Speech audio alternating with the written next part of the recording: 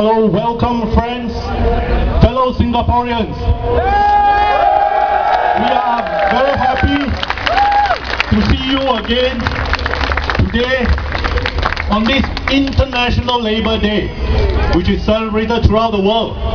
Today, remember, is the 1st of May and also our second rally. Thank you for coming.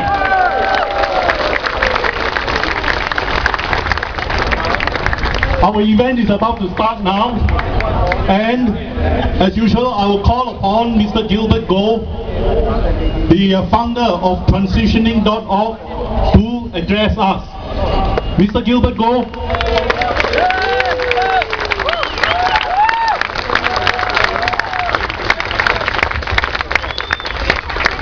Yeah, thanks, Kwang.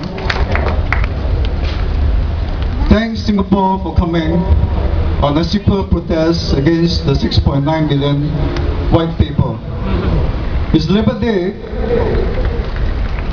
I think you know today is the first time that the protest is held by the people, for the people.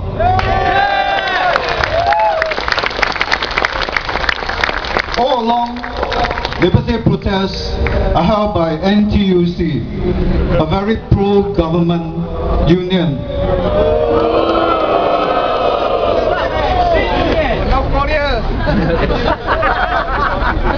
I think from now on, I want to assure Singaporeans that in future, all Labour Day protests will be done in Hong Lim Park.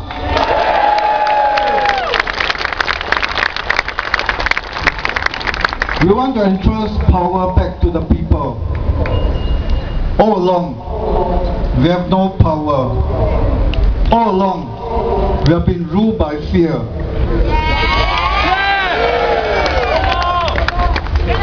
All along, our government wants us to be disunited, fragmented, so that we have no voice. But today, I see that we have a very loud voice here in Speaker's Corner.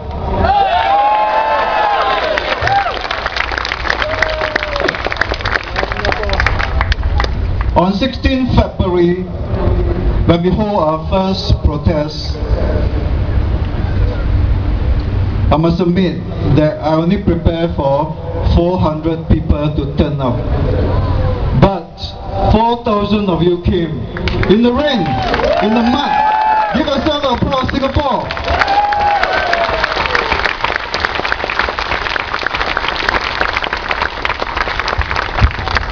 I'm very proud of you, really. Very proud of you. Because I know that many of you are scared. I can tell you right now, I'm scared too. Really. People say, Gilbert, wow, you look very tight, you know. You look very steady, you know. But do you know, I'm afraid. Right, I think you know this second protest has a lot of obstacles. One of our Malay speakers, Nizam, has pulled out. I think all of you know. He's right now viewing this protest at home with his family. Let's give Nizam a hand of support.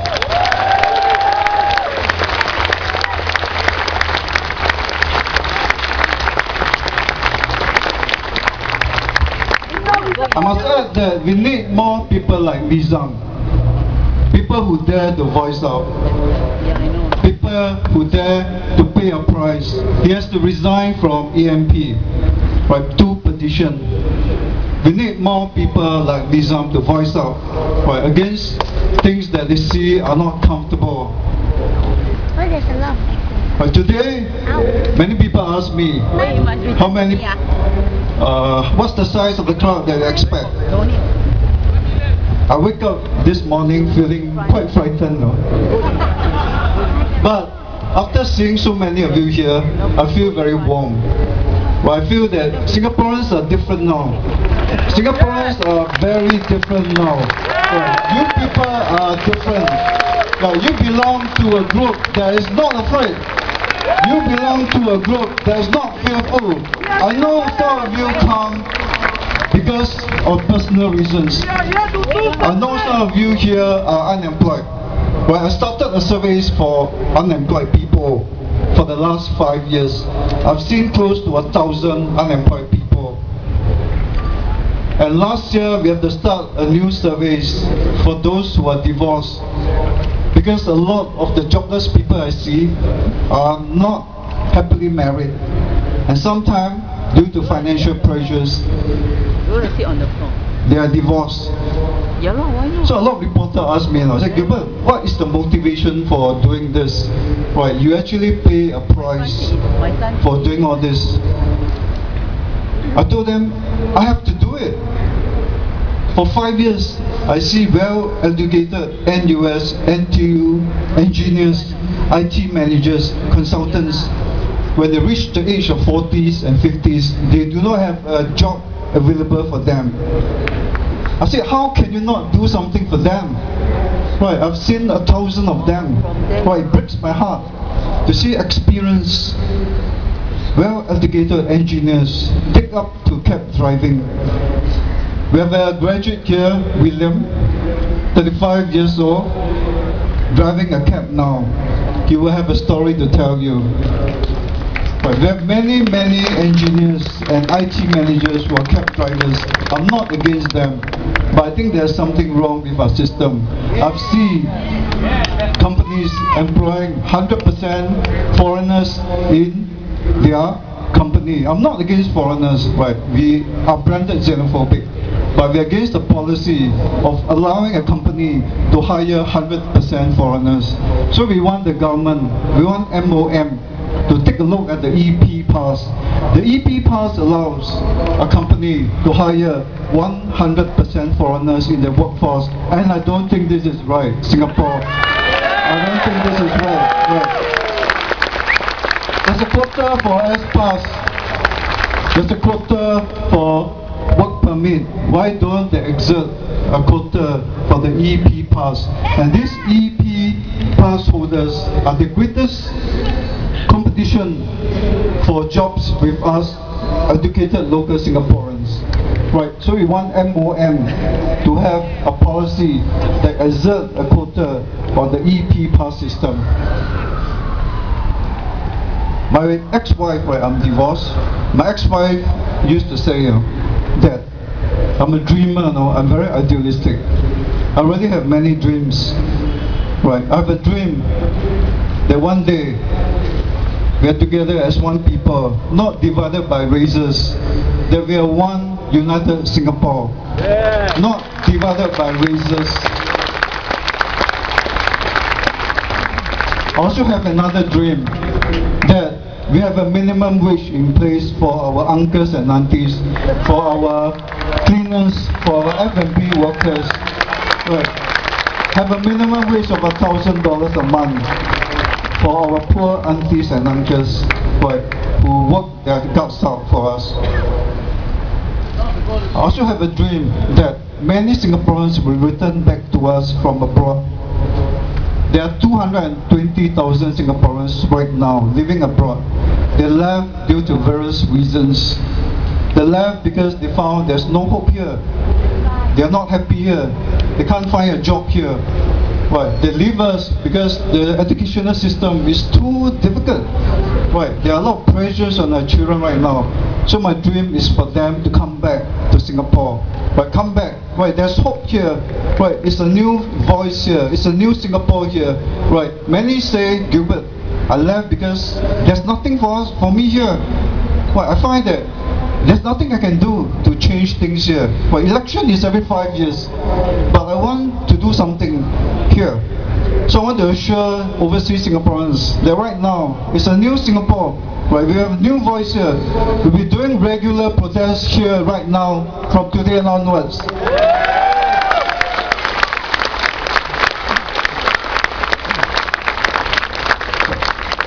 Many people ask me about a third protest. I say, wow, jialat leh. Every time you organize a protest, it's about a month or 1 month of organizing. Right, and I think that is not always the biggest problem. The biggest issue is the spana that our government thrown at us. I think you know that our account is checked by the Commissioner of Charities. But I've been doing this for 5 years, all along nothing. Only recently this month they want to check my account. I don't know for what. Right, so we'll be submitting our accounts on the 7th of May. Right, we also have to apply for a police permit for foreigners to come here. Right, so I want you to do something, Singapore. Seriously, you must do this.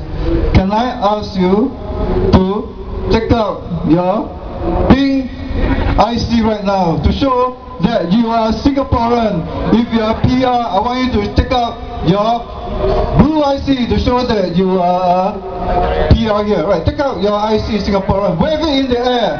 Shows to the police. Shows to the police that you are a Singaporean here.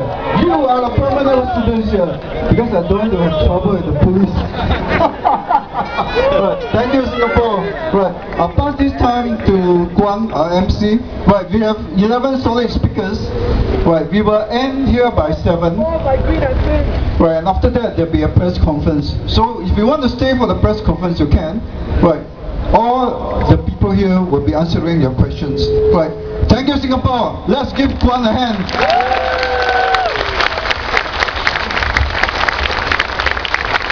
首先，我要谢谢大家这么热心，我们齐心走一个同样的方向，我们要让政府知道，这个690万的人口是一个不可能现实的事情。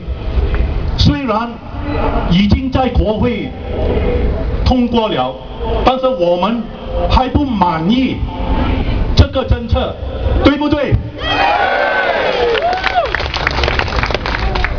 所以我们在 transitioning.org 就是有很多人要求下，今天在这个5一劳动节主办这个群众大会，让人民有一个机会发泄我们的生气，我们的反抗，因为这个白皮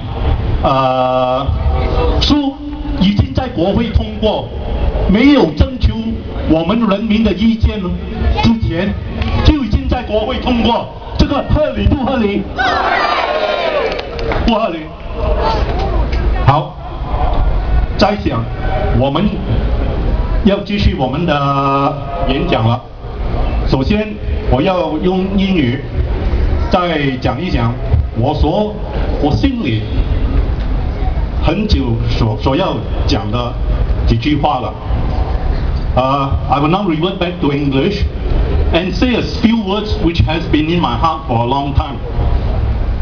Recently, Minister Corbyn says in a debate in Parliament, he says the Workers' Party made a ridiculous suggestion of stopping foreigners, and if foreigners are prevented from coming, then he can't get workers to build a HDB flat. Do you accept this kind of stupid reasoning? Let me tell you. 对了 Now, construction workers from Thailand, from India, from Malaysia, from Indonesia has been coming to Singapore for 30 over years.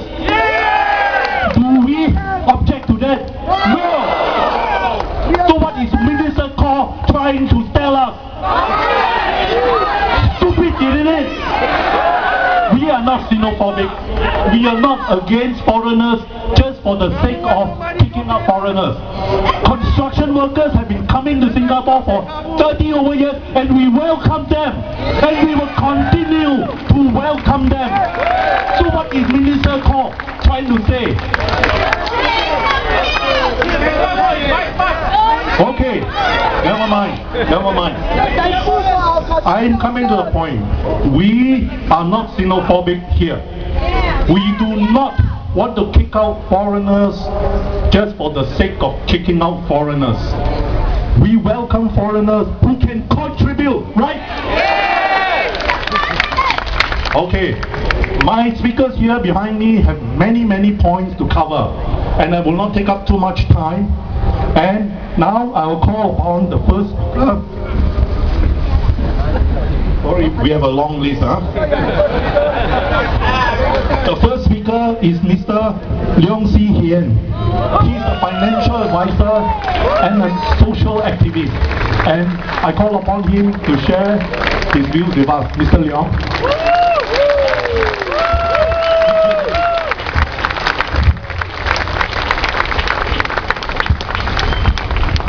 We are in denial!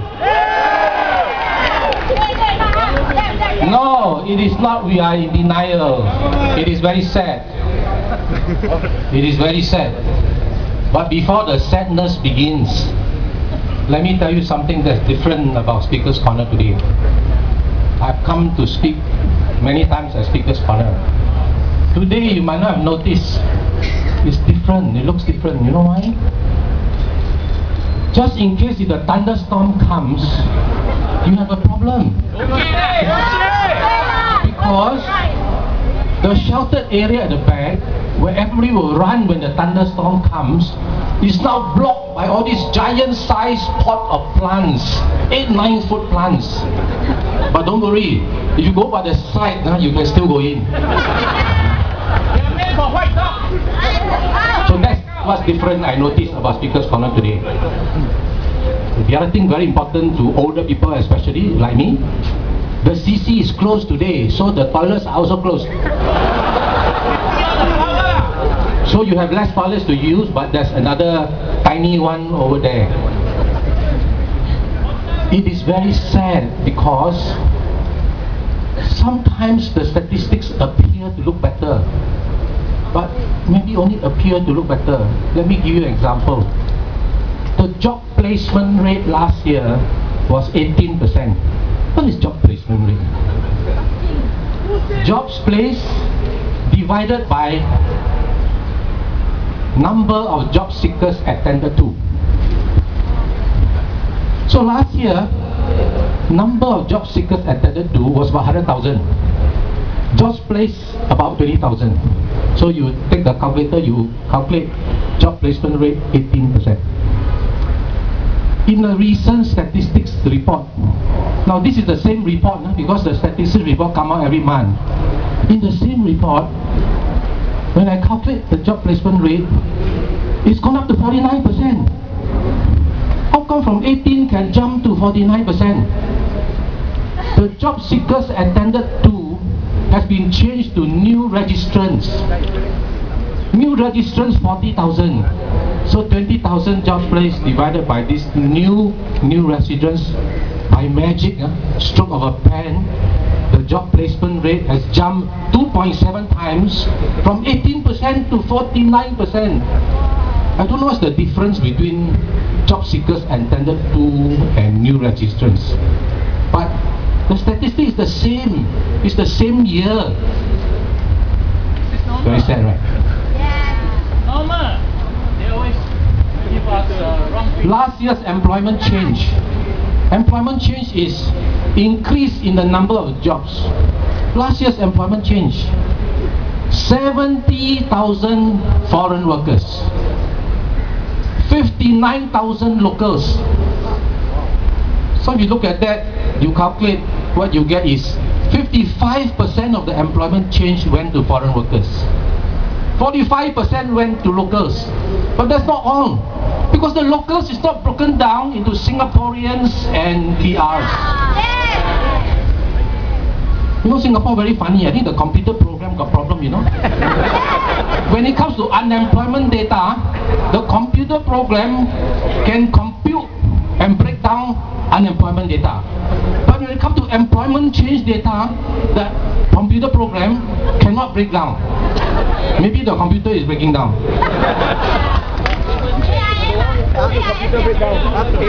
So, if we assume 15% of the locals is are PRs, then what happens? Your 45% locals become about 38% Singaporeans.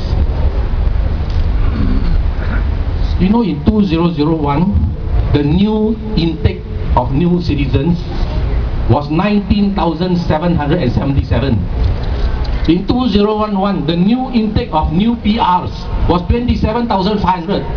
So you factor these new citizens, the new PRs, maybe even less than the 38%. When you look at numbers like this, and you keep hearing in recent years the rhetoric, oh, we will curtail the influx of foreign workers, and then you look at the numbers like this, it's very sad, right? No, Gilbert mentioned about employment pass. You saw the media headlines, right? Employment pass drop. Then you read further, it says employment pass drop 1%. S-pass increased 25%. You add the two together, all together increased 9%. That's why he's in power. Then you read some more, it says some of the employment pass actually converted to S-pass.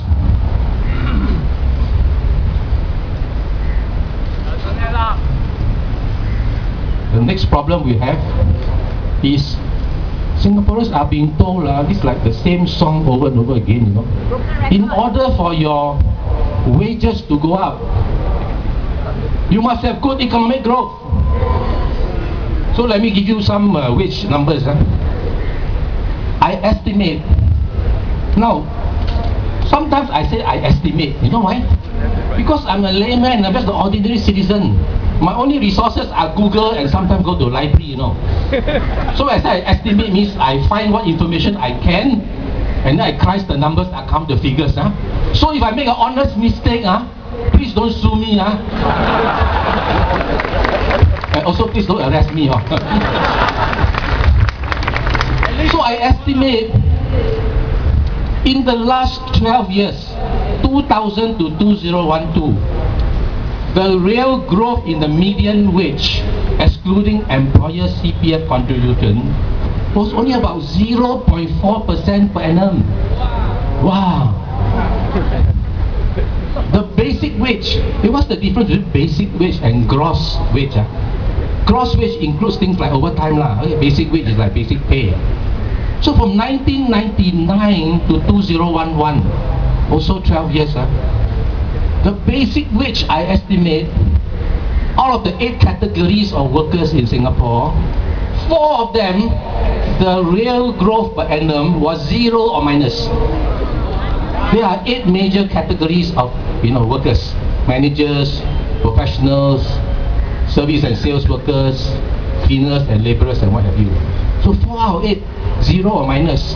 The other 4, I estimate, per annum real wage growth, basic, 0.5 or less for 12 years. When you crunch numbers like this and you look at them, it's very sad, no? Yes, very sad. Now that I've given you some examples, or rather I started by talking about statistics that appear to look better. Now let me talk about statistics that nobody knows. HDB, 1 year deficit, 1 billion.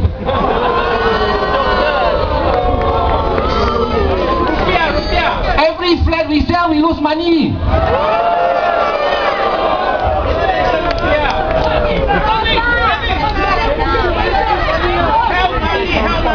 A few years ago, the deficit was 2 billion when we were presumably building even lesser flats. So we lose money on every flat we sell. We build more flats, we lose 1 billion. 2 years ago, we build less flats, we lose 2 billion. So how the minister get money? This is not sad, this is very funny, okay? They take the bonus from their ass. According to a reply in Parliament, in 1987, a 4-room flat in Pasir Ris, the selling price was about 56,000. The land cost was about 18,000. Fast forward to 2011 May, the last BTO for Pasir Ris, a 4-room flat is now 294,000 to 357,000. I give you the benefit of the doubt. I take the 294,000 to explain to you. If the land cost is 18,000 in 1987, if I assume the land cost increased, let's say by 5% per annum, come to 2011, the land cost about 60,000. You take the cheapest flat at Pasir Ris, 294,000 minus 60,000, you get 234,000. You mean the building cost, the construction cost is 234,000 for 4-room flat? Cannot be right. My friends tell me good estimate would be around 140, 150,000. So you go figure. Let me use what I call the chicken rice analogy. You sell chicken rice, you sell $3. Then you tell people, hey, it's very cheap, very reasonable, because the 5-star restaurant sell $5, you know. I only sell $3. Actually, I lose money. Every plate I sell you, I lose $1 because it cost me $4. Why? The chicken actually $1. I have to buy the rice for my brother, you know. I got to pay my brother $3. Then we operate a joint account together. You go figure who's making money and who's losing money.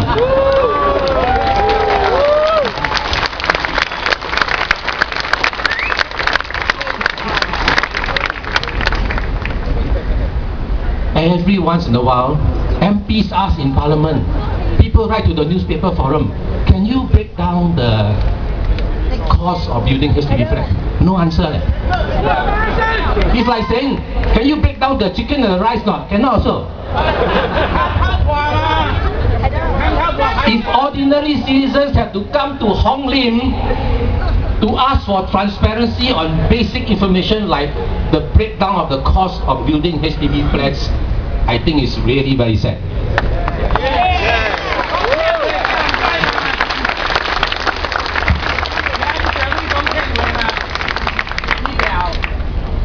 In recent years, you hear all the rhetoric. We will do more to help you. We will give you more subsidies. We will help the poor. We will help the elderly. We will do this, we will do that.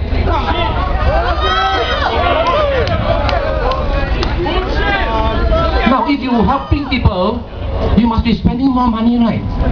So, I look at the budget. You know, last year, spending on social development. What is spending on social development? Social spending is education, healthcare, community development and others. In 2011, the social spending operating expenditure was 17.7 billion. Come to 2012, it actually went down to 17.5 billion. I haven't counted inflation for that year yet. Last year inflation about 4.6%. I haven't counted the population that is going up in that year. So how can you keep on saying you are doing more, and then you're spending less money and haven't even counted inflation and the number of people that's gone up?